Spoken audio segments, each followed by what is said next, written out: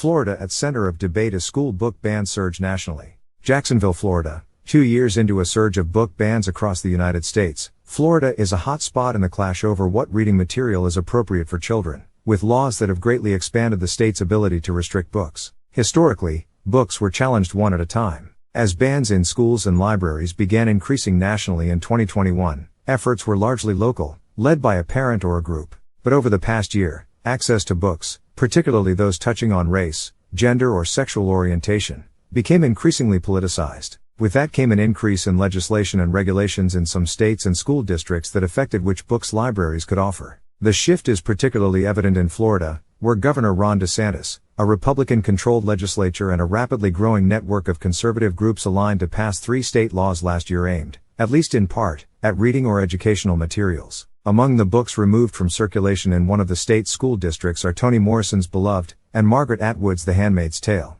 The policies have energized Mr. DeSantis' supporters and are part of the platform from which he is expected to run for president. Proponents of the restrictions say their aims are to protect students from inappropriate materials and to give parents more control over their children's education. In focusing on parents' rights, Mr. DeSantis is trying to build on the popularity he amassed when he resisted COVID-19 restrictions, particularly in schools. The push is a signature part of the conservatism he is showcasing in Florida. His parental rights in education law, for example, constrains instruction on gender and sexuality, which has led some districts to remove books with LGBTQ characters. Some teachers and librarians say the policies are vague, with imprecise language and broad requirements, leading to some confusion. But they are trying to comply. Violation of the law could be a third-degree felony. In general, such crimes are punishable by up to 5 years in prison. In January, when the new guidelines went into effect, some teachers removed or covered up books that had not been vetted by certified media specialists, whose approval is now legally required. Others are not ordering titles that could draw complaints. Some educators emptied shelves or pulled collections until the titles could be reassessed.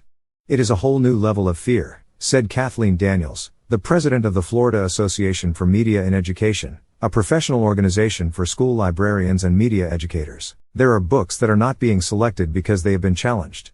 Florida ranks second, behind Texas, as the state with the highest number of book removals, according to a report released on Thursday from the free speech organization PEN America, which tracked book bans in schools from July 1 to December 31 of 2022. But PEN said that Florida's broad, state-level approach, with wholesale bans that restrict access to untold numbers of books in classrooms and school libraries, made the true extent of book removals in the state difficult to quantify. Many of the new restrictions come from a law passed last year that requires trained media specialists to evaluate each school book to ensure it is age-appropriate and free of pornographic content. The law also requires schools to keep a searchable online database of the books in their libraries and classrooms. Proposed legislation goes further. In March, the Florida House passed a bill that could require schools to remove a book promptly based on a single complaint from a parent or county resident that the book depicted sexual conduct. Under the proposed bill, the book would remain unavailable until the complaint was resolved. 2 other laws are contributing to book bans in Florida schools. The Stop Woke Act prohibits instruction that could make students feel guilty or responsible for the past actions of other members of their race. The Parents' Rights in Education law prohibits classroom instruction on sexual orientation and gender identity in some elementary grades. A state rule is expected to expand the restrictions through 12th grade.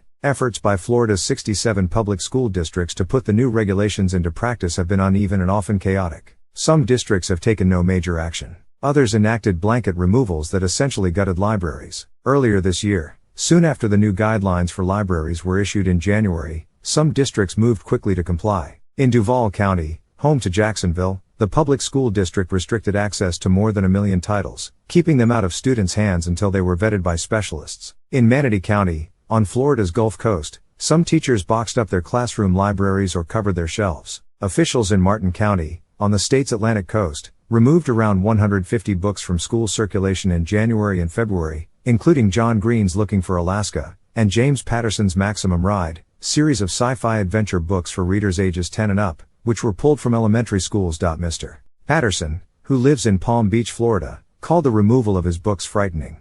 When you can take a mainstream series like Maximum Ride and take it off the shelves, he said, it shows that no one is safe. A county spreadsheet gave no specific reason for the series removal. Training material advised media specialists to consider how they would feel reading passages from the book in question aloud. If you would not be comfortable reading the material in a public setting, said a slideshow by the state's Department of Education, then you should lean towards not making the material available in a school library for children. Jennifer Pippin leads a local chapter of the group Moms for Liberty in Florida and was on the Department of Education panel that helped design the training materials. She said books that had been removed from school libraries in the state should not be considered banned because they remained available at public libraries and in bookstores. Young people in a school library might happen to pick up a book that contains a graphic rape scene, she said, because they enjoyed other volumes in the same series. Or a child interested in penguins might open a book about a penguin family with 2 dads. But it may not be appropriate for them per their parents' standards, she said. With no instruction or parental guidance, some of these things could indeed be harmful.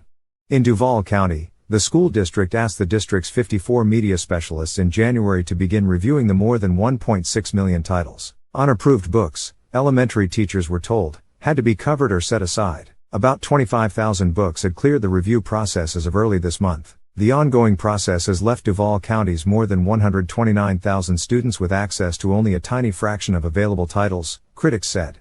Our books are being shadow banned, said Nina Perez, a Jacksonville resident and a director for Moms Rising, an advocacy organization opposing the restrictions. They get mired in an administrative process.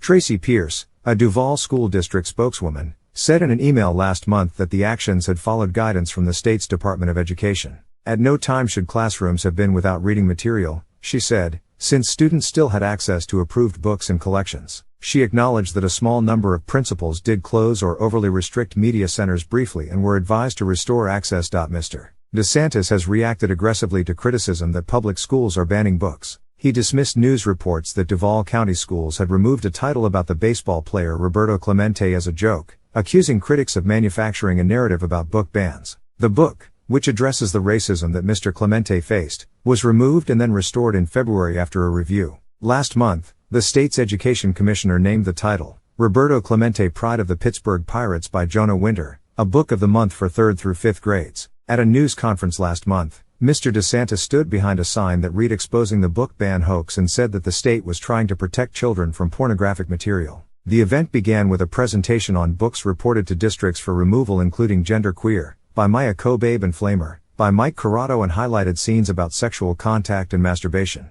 This idea of a book ban in Florida, that somehow they don't want books in the library, that's a hoax, Mr. DeSantis said. And that's really a nasty hoax, because it's a hoax in service of trying to pollute and sexualize our children.